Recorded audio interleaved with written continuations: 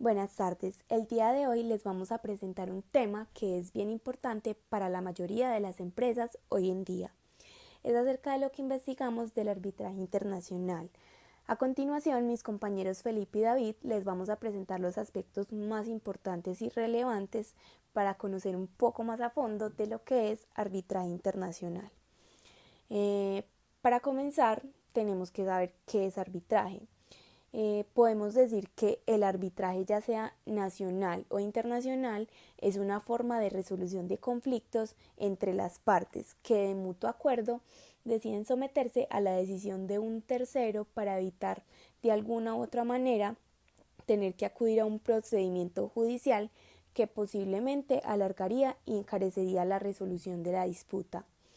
El arbitraje es un método privado y vinculante de resolución de conflictos, como ya lo había mencionado anteriormente.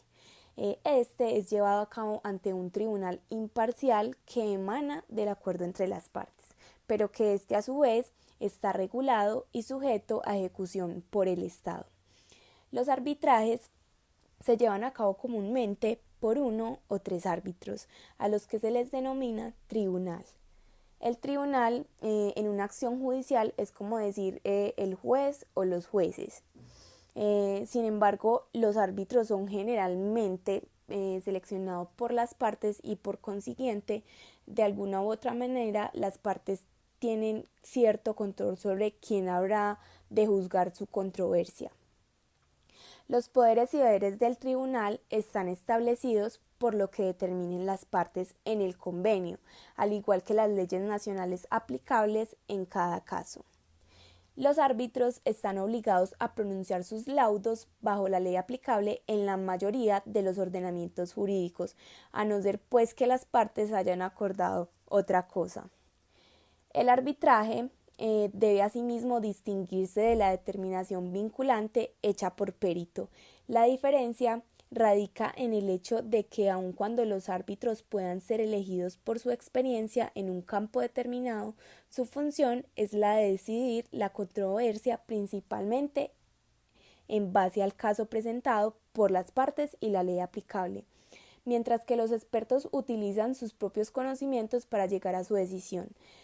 La distinción entre arbitraje y determinación por perito puede ser muy importante porque mientras que el arbitraje está normalmente regulado por las leyes de arbitraje nacionales, las cuales salvaguardan la constitución del tribunal y el procedimiento a seguir, la determinación por perito carece prácticamente de regulación. Bueno, ahora la pregunta es ¿en qué momento se debe incluir una cláusula de arbitraje? Las partes deberían considerar la inclusión o no de una cláusula de arbitraje cada vez que negocien un contrato, y es que es sumamente importante hacerlo cuando las partes se encuentren en jurisdicciones distintas o cuando se provea que las controversias puedan dar lugar a cuestiones técnicas complejas. A continuación, les voy a presentar unos aspectos que suelen ser determinantes a la hora de tomar la decisión de incluir una cláusula de arbitraje. Podemos comenzar con la confidencialidad, y es que pese al grado de confidencialidad varía según la ley de cada jurisdicción. Sin duda alguna, el arbitraje proporciona mayor privacidad y confidencialidad que en un procedimiento judicial. También tenemos la neutralidad, y es que el arbitraje permite la resolución de controversias de manera neutral. Por otro lado, tenemos el laudo ejecutable. Esta característica es a menudo determinante a la hora de optar por el arbitraje en contratos internacionales. Mencionamos también la simplicidad y flexibilidad procesal. Los reglamentos de arbitraje son generalmente mucho más simples y flexibles que las normas procesables ante los tribunales nacionales. También mencionamos el conocimiento técnico y la experiencia. También tenemos el coste, y es que no existe una respuesta simple a la cuestión de si el arbitraje es más económico que un procedimiento judicial, dado que los honorarios profesionales representan por lo general la mayoría de los costes del procedimiento. Los factores determinantes del coste son la complejidad de la controversia, el modo en el que se lleva el proceso a cabo, y obviamente su duración. Por otro lado, tenemos las medidas preventivas, y es que aunque los tribunales están a menudo autorizados a ordenar medidas provisionales o conservatorias tales como órdenes de embargo de activos, no pueden imponer sanciones penales sobre una parte que decida no cumplir estas medidas. Por este motivo, y para permitir que puedan tomarse decisiones antes de que el tribunal haya sido designado, las leyes de arbitraje generalmente permiten a las partes recurrir a los tribunales nacionales para que estos dicten medidas cautelares. El tribunal. Como ya lo había mencionado anteriormente, este está compuesto por 1 o 3 árbitros. La elección entre 1 o 3 árbitros se puede hacer por adelantado o supeditar a un acuerdo posterior entre las partes una vez haya surgido la controversia. Sin embargo, prever un árbitro único significa que las partes no podrán escoger o proponer un árbitro de su elección y que obviamente el procedimiento se desarrollará alrededor de una sola persona que resolverá la controversia. Por lo general, las partes solicitan la opinión y consejo de sus abogados sobre los árbitros convenientes a cada caso. Cuando damos consejo a este respecto, nos basamos en nuestra experiencia con personas que reúnen las características necesarias. Entre los factores podemos considerar algunos importantes. Uno de ellos puede ser el conocimiento por parte del candidato de la ley y las reglas de arbitraje aplicables. Los antecedentes del candidato, el idioma y el lugar de arbitraje, los escritos y publicaciones del candidato, nuestras interacciones con el candidato en arbitrajes anteriores o durante conferencias, también la capacidad del candidato de influir en la elección del presidente y la probabilidad de que sus opiniones influencien a otros árbitros. Lugar de arbitraje. Hay una gran diferencia entre el lugar legal de un arbitraje y el lugar de una o varias audiencias.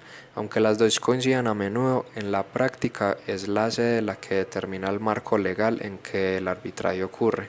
A la hora de elegir la sede del arbitraje, las partes siempre deben considerar en particular el efecto que ello podría tener en el desarrollo del arbitraje y la capacidad de ejecutar el laudo final. En un arbitraje internacional de importancia se incluirá la mayor parte de los siguientes pasos. Primero, la demanda del arbitraje. Segundo, la contestación a la demanda. Tercero, la réplica a la demanda reconvencional. Cuarto, el nombramiento del tribunal. Quinto, audiencia preliminar, en la que aquí es donde se establecen los pasos y el calendario del arbitraje. Tenemos después el escrito de demanda, el escrito de contestación y por último el escrito de contestación a la demanda reconvencional. Cabe resaltar que en el caso de una disputa de importancia y complejidad considerables, la duración del arbitraje suele ser entre unos 12 y 18 meses. La elección de las reglas o reglamentos de arbitraje resuelven cualquier solicitud de recusación de una parte que una parte pueda formular contra un árbitro. Los reglamentos de arbitraje de estas instituciones son en líneas generales similares, es decir, que todos ellos conceden un alto grado de flexibilidad a las partes y al tribunal. Lo que diferencia en concreto a estas instituciones es el grado de administración que sus reglamentos prevén en su estructura de costes. Entonces tenemos arbitraje institucional. Aquí señalamos 3 importantes cortes internacionales que son la Corte Internacional de Arbitraje de la Cámara de Comercio Internacional, la Corte de Arbitraje Internacional de Londres y el Centro Internacional para la Resolución de Disputas. Esas están en el arbitraje institucional. Y por otro lado tenemos arbitrajes no administrados y ad hoc, en donde se encuentra el reglamento UNCITRAL y arbitrajes ad hoc puros bajo leyes de arbitraje nacionales. Que existen también organizaciones de arbitraje especializadas en tipos específicos de controversia como estas. En primer lugar está el Centro Internacional de Arreglo de Diferencias Relativas a Inversiones. Ellos operan bajo los auspicios del Banco Mundial y fue fundado por el Convenio de Washington de 1965 sobre el arreglo de diferencias relativas a inversiones entre estados y naciones de otros estados. Tenemos el Centro Internacional de Arreglo de Diferencias Relativas a Inversiones, que fue creado en Ginebra en el 94 como una rama de la OMPI. El centro proporciona servicios de arbitraje y mediación para controversias relativas a propiedad intelectual. Y por último tenemos la Comisión Internacional China de Arbitraje Económico y Comercial. Ahora vamos a hablar de los elementos que se deben de tener en cuenta con un arbitraje. En primera instancia tenemos los ADR, que son alternativas de solución de conflictos, en donde las partes pueden, si lo desean, incluir una provisión para intentar un procedimiento como la mediación antes de comenzar y así poder evitar un arbitraje. También las cláusulas de opción, para que las partes, si desean, proporcionen el derecho de opción a una o varias partes a decidir si someten sus disputas a arbitraje o a los tribunales nacionales. Esto presenta problemas en su reacción y requiere un análisis legal cuidadoso, porque por su naturaleza estas cláusulas pueden invalidar el acuerdo de arbitraje.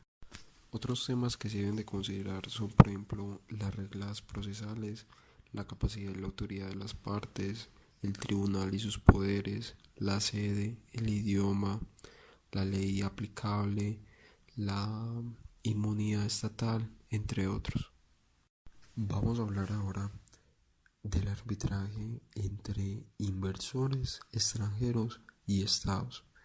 Este arbitraje es utilizado como medio de resolución de conflictos entre inversores y estados que tengan tratados bilaterales de inversión, más conocidos como los TBIs o acuerdos comerciales multilaterales.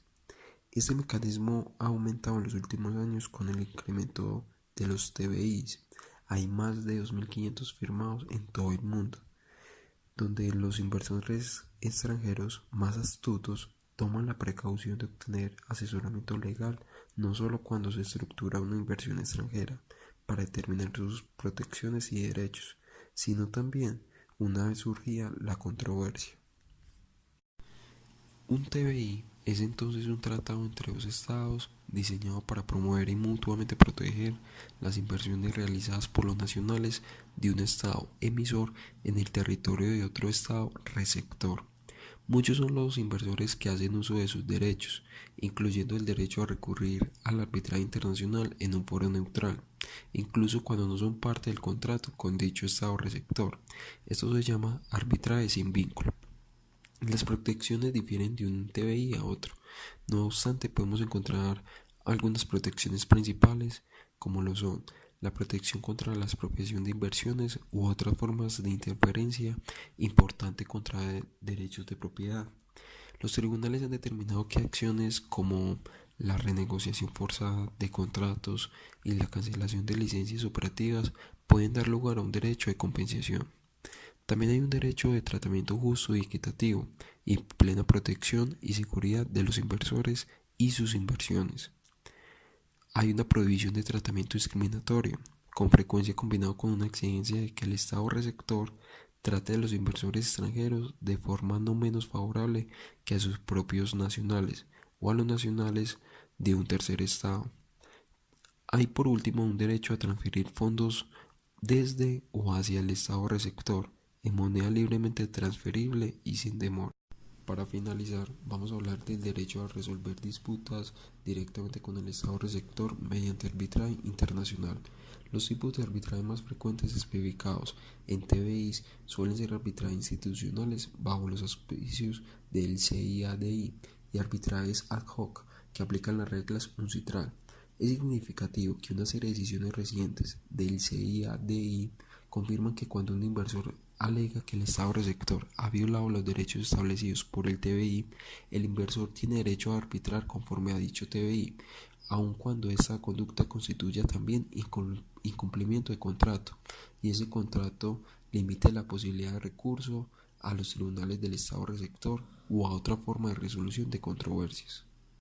Muchas gracias por su atención. Esperamos que esta presentación haya sido de su agrado. Nos vemos en una próxima oportunidad.